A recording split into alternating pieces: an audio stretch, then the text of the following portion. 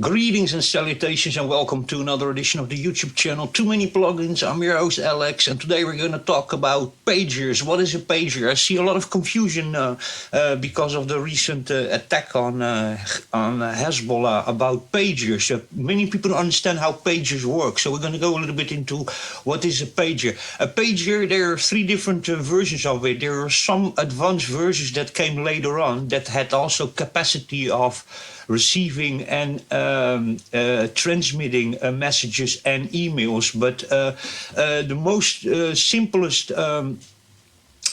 pages that we talk about and that the ones that were also used by Hezbollah are just, they're only receivers, they're not transmitters, so they're undetectable. They work on an old network, and that was before we had the GSM, or Global System of Mobile Communications.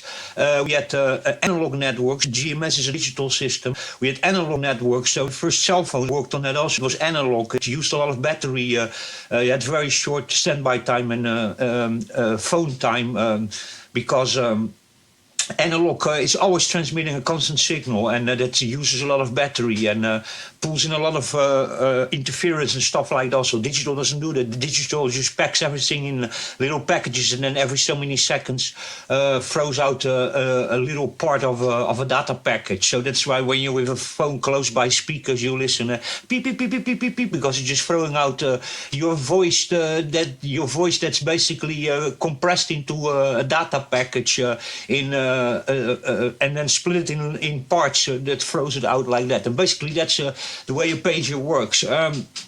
So it's an analog system in there. Now, how it actually works, it's there's just one main transmitter, and itself it's only a receiver, so you can't locate the location, except for those ones, the more recent ones over here that they mention over here that could actually also receive and transmit emails and messages. But these are the later ones that came in the year 2000 after most countries dropped the support for it. And besides some hospitals and some stuff, most countries don't have pages anymore that are work on a national level, only on a local level. So you're close by the hospital, there's a transmitter then that sends the messages to the doctors and the nurses.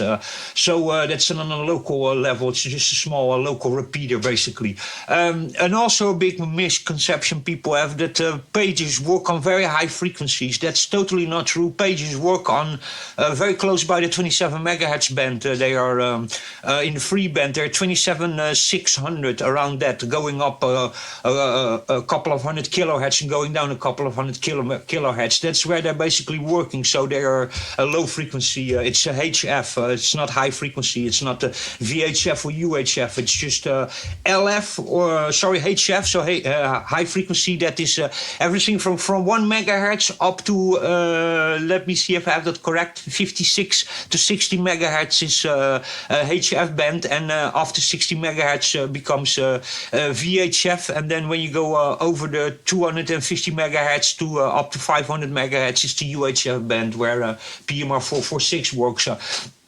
Now, a pager works with a sort of a type of a DTMF tones. So it sends the packages and converts them into tones. I, in a moment, go to amateur radio program and I'll show you basically a simulation of what the DTMF is.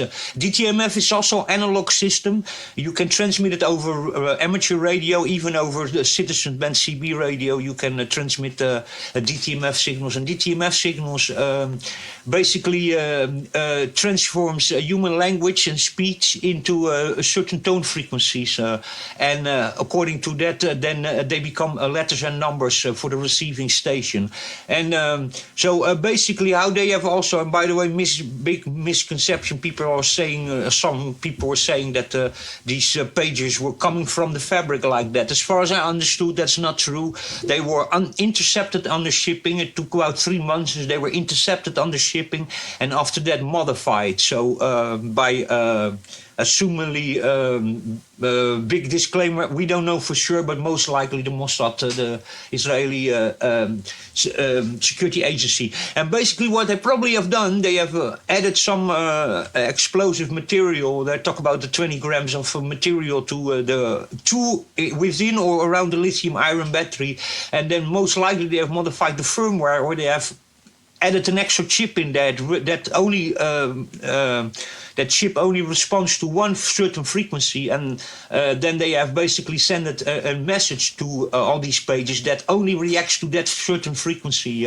So that could be something crazy like something that will never be sent, like the whole alphabet and then a couple of numbers behind it or something that then triggers it or something, or just a whole mismatch of crazy numbers and letters that would then only activate the explosion actually. So most likely they could still receive also normal messages, and then they would only be triggered in firmware or by the DTMF tone that was sent, that would only then activate the detonator for the explosives reacting to that particularly DTMF tone. So imagine again a code, an alphabet or numbers, letters being transferred in the code. We'll go over here and I'll let you listen sort of a DTMF tone. This is then a GSA call.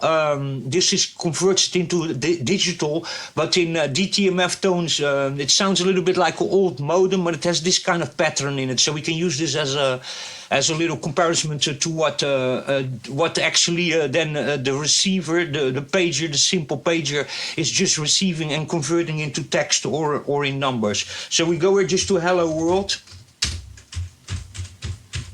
And we'll transmit it to the pager. This is what the pager more or less would listen to. Now you're listening in a digital form, but it will be more in an analog form, like with an old analog modem, so 56 kilobits per second, old school dial-in modem. So here you go.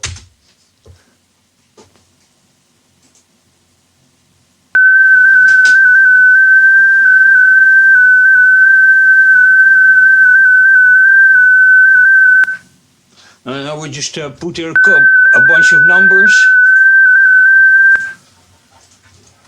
1, 2, 3, 4, 5, 6, 7, 8, 9, 0. And now these numbers should sound like this.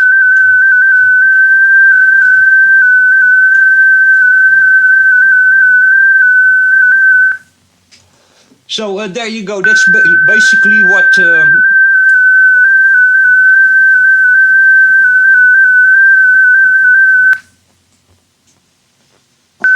to send the whole number, it needs 30 seconds for that. So there will be a 30 seconds delay to send this number over here.